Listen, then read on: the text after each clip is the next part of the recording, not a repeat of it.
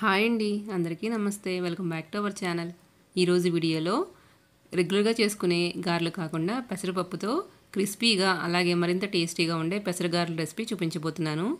ఈ గారెలు చేసుకోవటం చాలా ఈజీ, కానీ కొన్ని టిప్స్ ఫాలో అవుతూ చేస్తే చాలా పర్ఫెక్ట్గా వస్తాయి. ఇంకా ఆలస్యం చేయకుండా పెసరపప్పుతో గారెలు ఎలా తయారు చేసుకోవాలో చూసేద్దాం.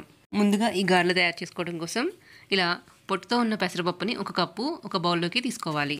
ఇలా పొట్టు పెసరపప్పుతో గారెలు చేసుకుంటే టేస్ట్ చాలా బాగుంటుంది, అలాగే ఫైబర్ కూడా పోకుండా ఉంటుంది. ఒకవేళ మీ దగ్గర లేకపోయినట్లయితే మామూలు పెసరపప్పు అయినా తీసుకోవచ్చు. ఇప్పుడు వీటిని ఒక 2-3 సార్లు వాటర్తో శుభ్రంగా కడుక్కోవాలి. రెగ్యులర్గా మనము ఏ పండుగైనా కానీ మినపప్పుతో లేదా అలసందలతో చేస్తూ ఉంటాము. ఒకసారి ఇలా పెసరపప్పుతో కూడా చేసి చూడండి, టేస్ట్ చాలా బాగుంటుంది. పెసరపప్పుని ఒక 2-3 సార్లు శుభ్రంగా కడుక్కున్న తర్వాత ఇలా తగినన్ని వాటర్ పోసుకొని వీటిని ఒక 3-4 గంటలు నానబెట్టుకోవాలి. దీని మీద మూత పెట్టి వీటిని నాననిద్దాము. చూడండి, ఇక్కడ నేను మీకు 4 అవర్స్ తర్వాత చూపిస్తున్నాను. పెసరపప్పు అయితే బాగా నానిపోయాయి కదా. ఇప్పుడు మనం ఆల్రెడీ ముందుగానే కడిగి పెట్టుకున్నాం కాబట్టి వీటిని ఇప్పుడు కడగవసరం లేదు. ఇప్పుడు పెసరపప్పుని ఇలా ఒక వడగిన్నెలో కానీ లేదా ఏదైనా రంధ్రాలు ఉన్న గెరట్లో కానీ వేసుకొని వాటర్ అంతా తీసేసుకోవాలి. ఈ పప్పులోని పొట్టు అనేది పోకూడదండి. ఇప్పుడు దీనిపైన ఒకసారి వాటర్ వేసుకొని వాష్ చేసుకుంటే సరిపోతుంది. పప్పులో ఉన్న వాటర్ అంతా కిందకి దిగే వరకు ఒక గిన్నెలో వేసుకొని ఇలా పక్కన పెట్టుకోవాలి. నేనైతే ఓవర్ నైట్ అలానే ఉంచేసాను. నెక్స్ట్ డే మార్నింగ్ చూపిస్తున్నాను.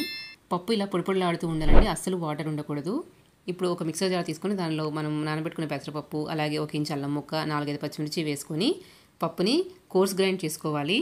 అలాగే పెసరపప్పులో తగినంత ఉప్పు, కొంచెం జీలకర్ర కూడా వేసుకొని పల్స్ మోడ్లో మరీ మెత్తగా కాకుండా ఇలా కచ్చాపచ్చాగా గ్రైండ్ చేసుకోవాలి. ఈ పిండిని ఒక బౌల్లోకి ట్రాన్స్ఫర్ చేసుకొని మిగతా పప్పును కూడా ఇలాగే గ్రైండ్ చేసుకోవాలి. పిండిని మాత్రం మెత్తగా గ్రైండ్ చేసుకోకూడదండి. ఇలా గ్రైండ్ చేసుకున్న తర్వాత మిగిలిన పప్పును కూడా ఇలాగే గ్రైండ్ చేసుకొని ఒక బౌల్లోకి ట్రాన్స్ఫర్ చేసుకోవాలి. ఈ పిండిలో 2 రెమ్మల కరివేపాకుని ఇలా సన్నగా కట్ చేసుకొని వేసుకోవాలి. అలాగే ఒక ఉల్లిపాయని ఇలా ఫైన్గా చాప్ చేసుకోవాలి. ఇంకా దీనిలోనే ఒక గుప్పెడంత కొత్తిమీరని కూడా కట్ చేసుకొని యాడ్ చేసుకోవాలి. ఇప్పుడు వీటన్నిటిని ఒకసారి బాగా కలిసేలాగా మిక్స్ చేసుకోవాలి.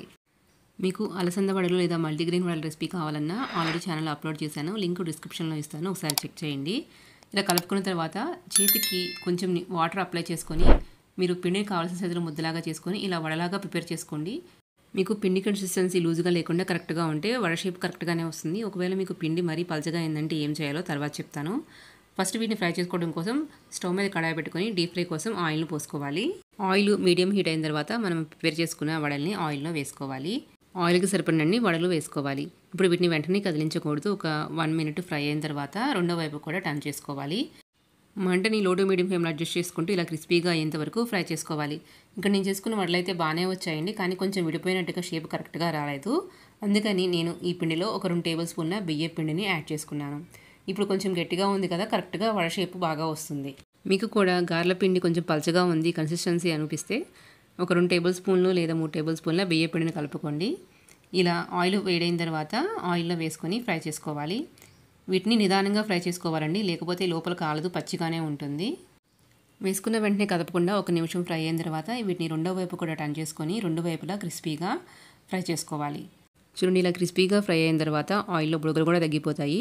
ఇప్పుడు వీటిని ఆయిల్ నుంచి తీసి ఒక టిష్యూ పేపర్ మీద వేసుకుంటే ఎక్స్ట్రా ఆయిల్ కూడా అబ్జర్వ్ చేసుకుంటుంది. ఇవైతే చాలా తక్కువ ఆయిల్ని అబ్జర్వ్ చేసుకుంటాయండి. చూసారు కదా, ఎంతో టేస్టీ అండ్ కరకరలాడే పెసరగారెలు రెడీ అయిపోయి. మీరు కూడా ఒకసారి తప్పకుండా ట్రై చేయండి. వీటిని అల్లం పచ్చడితో కానీ లేదా టమాటా చట్నీతో కానీ తినచ్చు. మీకు ఈ వీడియో నచ్చినట్లయితే ఇలాంటి మరిన్ని రెసిపీ అప్డేట్స్ నోటిఫికేషన్ మీకు రావాలంటే మన ఛానల్ని సబ్స్క్రైబ్ చేసుకోండి. అలాగే మీ ఫ్రెండ్స్కి కూడా షేర్ చేయండి. Thank you for watching.